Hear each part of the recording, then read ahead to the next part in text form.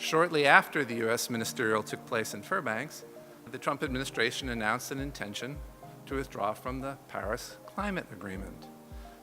I remind you that withdrawal has not actually happened yet, but it is also true that the climate policies of the United States under this administration look quite a lot different than the policies of the last one.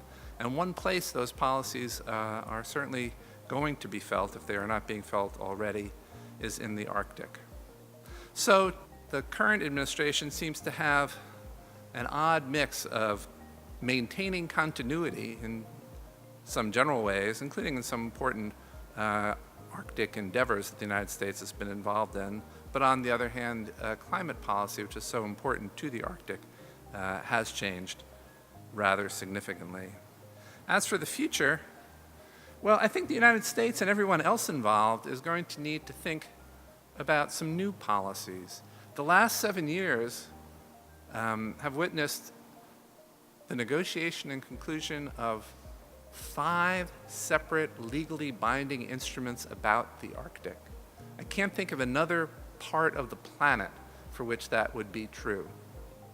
3 of those came through the Arctic Council, the Search and Rescue Agreement, the Marine Oil Pollution, the Arctic Science Agreement. 1 of them came through the International Maritime Organization, the Polar Shipping Code, and the Fisheries Agreement.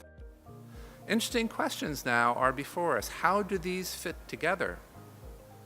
How do a lot of the Arctic institutions that have been growing up in recent years also work together? Is there a need for some new architecture? I think the Trump administration and whatever the next U.S. administration will need to be considering this along with all of our partners who care about the Arctic.